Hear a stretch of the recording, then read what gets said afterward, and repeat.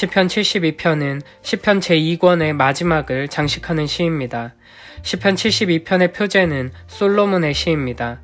그런데 마지막 20절에서는 이새의 아들 다윗의 기도가 끝나니라 라고 말합니다. 그래서 어떤 학자들은 이 시가 솔로몬의 시가 아니라 솔로몬을 위한 시, 곧 다윗이 아들 솔로몬을 위해 쓴 시라고 보기도 합니다. 또 어떤 학자들은 솔로몬이 아버지 다윗에게 배운 기도를 정리해서 작성한 것으로 보기도 합니다. 중요한 것은 시편 72편이 여호와 하나님께서 선택하신 왕을 위한 시라는 것입니다. 그래서 시편 72편은 제왕시로 분류됩니다. 그리고 우리는 이 시편 속에 기록된 왕의 모습을 통해 우리를 위해 영원한 왕으로 오신 그리스도의 모습을 보게 됩니다. 그래서 시편 72편은 메시아 시편으로 분류하기도 합니다. 먼저 1절부터 4절에서는 왕을 통해 하나님의 공의가 나타나기를 기도합니다. 하나님이여 주의 판단력을 왕에게 주시고 주의 공의를 왕의 아들에게 주소서. 그가 주의 백성을 공의로 재판하며 주의 가난한 자를 정의로 재판하리니 의로 말미암아 산들이 백성에게 평강을 주며 작은 산들도 그리하리로다. 그가 가난한 백성의 억울함을 풀어주며 궁핍한 자의 자손을 구원하며 압박하는 자를 꺾으리로다. 아멘. 1절에서는 왕에게 대대로 주의 판단력과 공의를 달라고 기도합니다. 여기서 판단력은 정의로도 번역할 수 있습니다. 이렇게 1절에서는 하나님께서 왕에게 공의와 정의를 부어주시기를 간구하고 나서 2절에서는 하나님께서 주신 공의와 정의로 하나님의 백성들을 통치하고 다스리는 왕의 모습을 묘사합니다. 공의와 정의는 하나님 나라의 가장 중요한 특성이며 그렇기 때문에 하나님께서 세우시는 왕이 갖춰야 하는 가장 중요한 요소입니다. 구약 성경에서 공의는 하나님과의 바른 언약 관계 안에서 하나님의 명령을 충성되게 지키는 것, 하나님의 뜻을 이 땅에 실현하는 것을 의미합니다. 하나님과 올바른 관계를 맺은 사람이 하나님의 말씀을 따라 이웃을 사랑하는 모습, 하나님의 마음을 품고 가난한 자들의 아픔에 공감하며 하나님의 사랑으로 연약한 자들을 돕는 모습을 공의라고 할 수 있습니다. 정의는 하나님의 말씀을 기준으로 옳고 그름을 바르게 판단하고 바르게 재판하는 것을 의미합니다.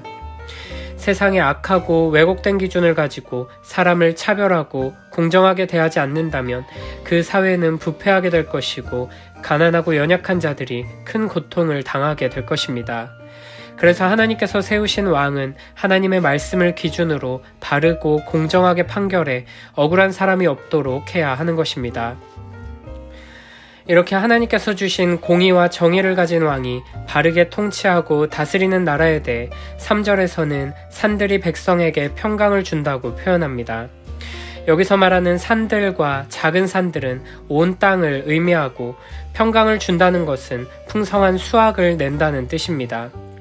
이런 놀라운 축복이 의로 말미암아 내리게 된다는 것입니다. 하나님께서 세우신 왕이 하나님과 맺은 언약에 충성하며 공의와 정의를 행하면 하나님께서는 그 땅에 축복을 내리십니다. 산들과 작은 산들은 비유적으로 이 땅에 힘과 권력을 가진 이들을 의미하기도 합니다.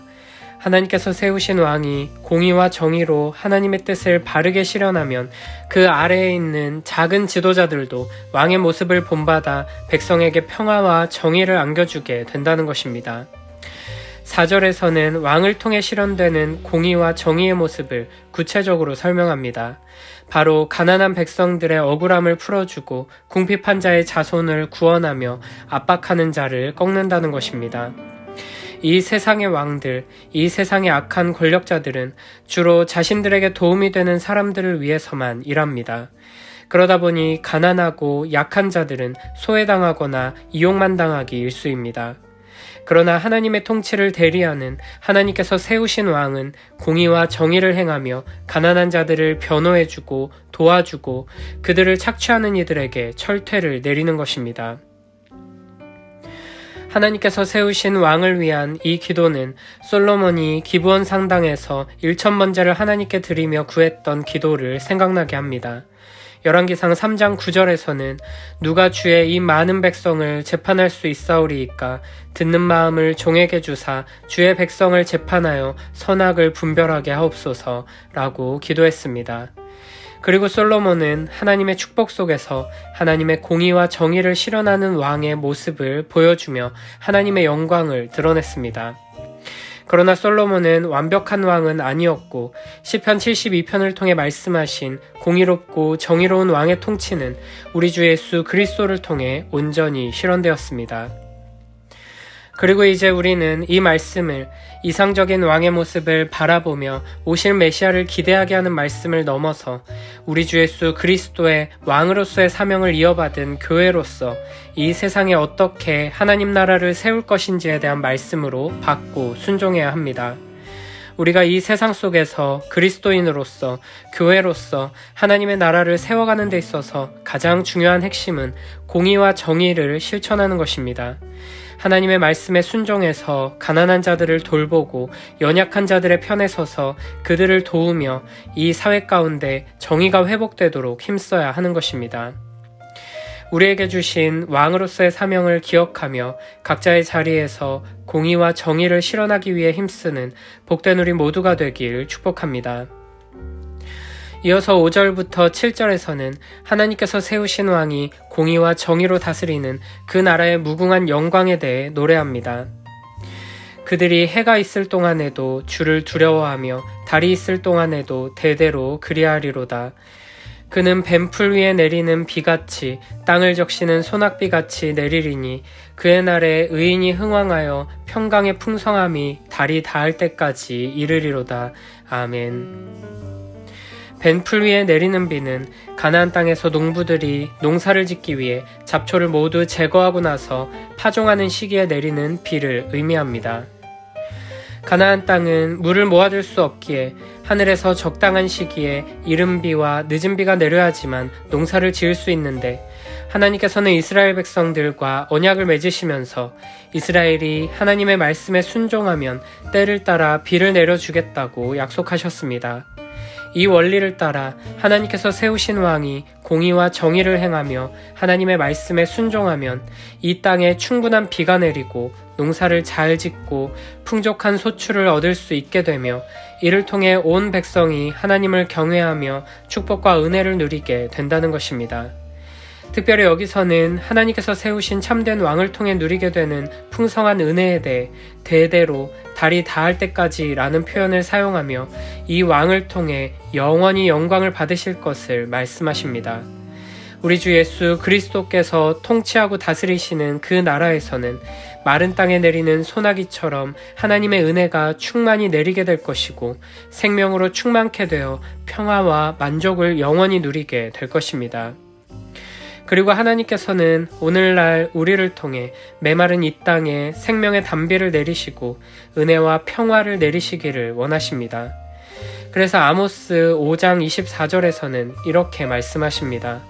오직 정의를 물같이 공의를 마르지 않는 강같이 흐르게 할지어다. 아멘. 이 땅 가운데 하나님 나라의 통치를 실현하도록 부름받은 하나님의 백성답게 정의와 공의로 메마른 이 땅을 적시며 생명의 역사를 이루는 복된 우리 모두가 되길 축복합니다. 이어서 8절부터 11절에서는 그 나라의 경계가 무한히 확장되어 우주적인 나라가 될 것을 노래합니다. 그가 바다에서부터 바다까지와 강에서부터 땅끝까지 다스리리니 광야에 사는 자는 그 앞에 굽히며 그의 원수들은 티끌을 핥을 것이며 다시스와 성의 왕들이 조공을 바치며 스바와 시바 왕들이 예물을 드리리로다. 모든 왕이 그의 앞에 부복하며 모든 민족이 다 그를 섬기리로다. 아멘. 8절에 바다에서부터 바다까지와 강에서부터 땅 끝까지는 온 세상을 의미합니다. 하나님의 나라가 온 세상 끝까지 확장된다는 것입니다. 요한계시록 11장 15절에서는 이렇게 말씀하십니다. 일곱째 천사가 나팔을 불매 하늘에 큰 음성들이 나서 이르되 세상 나라가 우리 주와 그의 그리스도의 나라가 되어 그가 세세토록 왕노릇 하시리로다 하니 아멘. 이 시대에도 하나님의 나라는 예수 그리스도의 제자들을 통해 온 세상을 향해 전진하고 있습니다. 복음을 따르며 복음을 전하는 증인들을 통해 확장되고 있습니다. 9절에서는 광야에 사는 자까지도 복종하게 되고 원수들은 수치를 당하게 될 것이라고 말씀하십니다. 10절, 11절에서는 온 세상 모든 나라들이 주님 앞에 나와 엎드리게 된다고 말씀하십니다. 이어서 12절부터 14절에서는 왕을 통해 이루어지는 긍휼과 자비에 대해 말씀하십니다. 그는 궁핍한 자가 부르짖을 때 건지며 도움이 없는 가난한 자도 건지며 그는 가난한 자와 궁핍한 자를 불쌍히 여기며 궁핍한 자의 생명을 구원하며 그들의 생명을 압박과 강포에서 구원하리니 그들의 피가 그의 눈앞에서 존귀히 여김을 받으리로다. 아멘. 이 왕은 하나님을 대리하여 통치하고 다스리는 왕이기에 그의 통치에서는 하나님의 성품이 드러나게 됩니다. 그래서 궁핍한 자, 가난한 자에게 관심을 기울이고 그들에게 공감하고 그들을 도우며 이 사회에서 가치를 인정받지 못하고 무시당하는 자들, 소외된 자들의 생명을 소중히 여기고 그들의 피를 존귀하게 여깁니다. 이것이 바로 하나님의 마음이며 우리의 영원한 왕이신 예수 그리스도의 성품입니다. 매일매일 하나님 말씀을 붙들고 하나님의 마음을 품고 예수 그리스도의 영광스러운 통치를 이 땅 가운데 실현하는 복된 우리 모두가 되길 축복합니다. 시편 72편의 마지막 단락이자 시편 제2권의 마지막은 하나님께서 세우신 왕을 통해 이루어지는 영원한 하나님 나라의 아름다움과 영광에 대한 찬양으로 마무리됩니다. 그들이 생존하여 스바의 금을 그에게 드리며 사람들이 그를 위하여 항상 기도하고 종일 찬송하리로다. 산꼭대기의 땅에도 곡식이 풍성하고 그것의 열매가 레바논같이 흔들리며 성에 있는 자가 땅의 풀같이 왕성하리로다. 그의 이름이 영구하며 그의 이름이 해와 같이 장구하리로다. 사람들이 그로 말미암아 복을 받으리니 모든 민족이 다 그를 복되다 하리로다. 홀로 기이한 일들을 행하시는 여호와 하나님 곧 이스라엘의 하나님을 찬송하며 그 영화로운 이름을 영원히 찬송할지어다. 온 땅에 그의 영광이 충만할지어다. 아멘. 아멘. 이새의 아들 다윗의 기도가 끝나니라. 아멘. 그 나라에서는 하나님을 향한 예배와 찬양과 기도가 종일토록 그치지 않고 계속될 것입니다. 땅에는 곡식이 풍성하고 모든 민족들이 그 왕으로 말미암아 복을 받게 될 것입니다. 이 말씀은 하나님께서 아브라함에게 주셨던 언약, 창세기 12장에서 내가 너로 큰 민족을 이루고 내게 복을 주어 내 이름을 창대하게 하리니 너는 복이 될지라. 땅의 모든 족속이 너로 말미암아 복을 얻을 것이라 라고 하신 그 말씀이 성취되는 장면입니다. 마지막 18, 19절에서는 하나님을 찬송하면서 아멘, 아멘으로 마칩니다. 아멘은 진실로 그렇습니다, 믿습니다 라는 뜻을 가지고 있는데 이렇게 아멘을 2번 반복하는 것은 시편 1권의 마지막인 41편과 2권의 마지막인 오늘 시편 72편과 3권의 마지막인 89편에서만 등장합니다.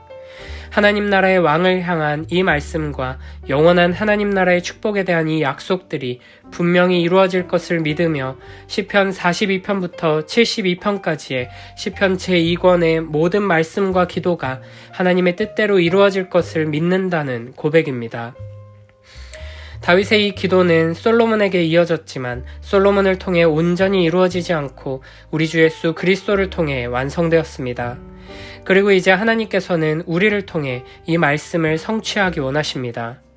우리는 이 세상에 하나님의 통치와 다스림을 실현하도록 부름받은 왕같은 제사장들입니다.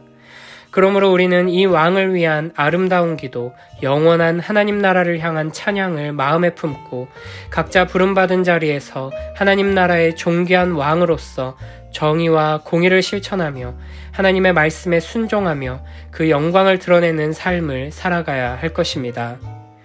하나님께서 주신 이 귀한 말씀들이 우리를 통해 온전히 성취될 것을 굳게 믿고 아멘, 아멘으로 이 아름다운 시편들을 나의 기도로, 나의 찬양으로 올려드리며 살아가는 복된 우리 모두가 되길 축복합니다.